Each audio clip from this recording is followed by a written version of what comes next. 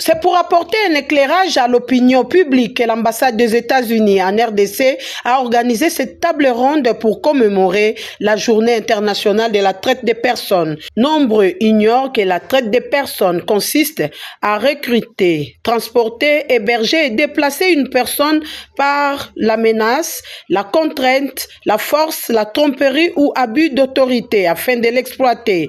Des pratiques en violation des droits humains, comme l'explique Lucie Tamlin, ambassadeur des États-Unis en RDC. La problématique des jeunes filles qui sont envoyées vers la ville, qui travaillent dans des conditions vraiment de travail forcé.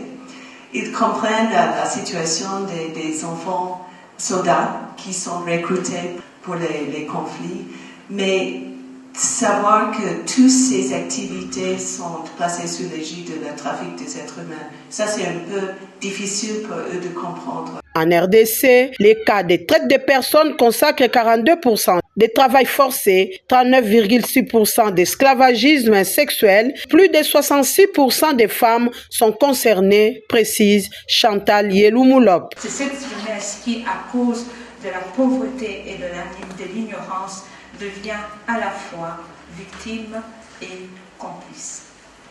Le souhait de la coordination est de pousser l'agenda, de travailler en collaboration avec le plus grand nombre d'acteurs, particulièrement ceux de la société civile, car l'expérience nous a prouvé que la traite des personnes est une œuvre opérée par un grand réseau. Pour lutter contre ces fléaux, précise le fils Lien Thielot, conseiller principal du projet arrêté, la commission technique restreinte préconise 4 piliers: la prévention en sensibilisant et formant les acteurs, la prise en charge holistique des victimes et des témoins, la poursuite des trafiquants et la collaboration avec diverses ONG, parmi lesquelles la DCTH, Dynamique de lutte contre les trafics humains, et la LISADEL. Tous les trafiquants d'êtres humains suivent en général le même schéma.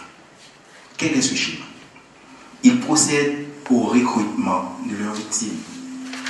1. 2. Ils assurent le transport de leurs victimes d'un point à un autre. 3. Ils veillent à l'hébergement et l'accueil de leurs victimes.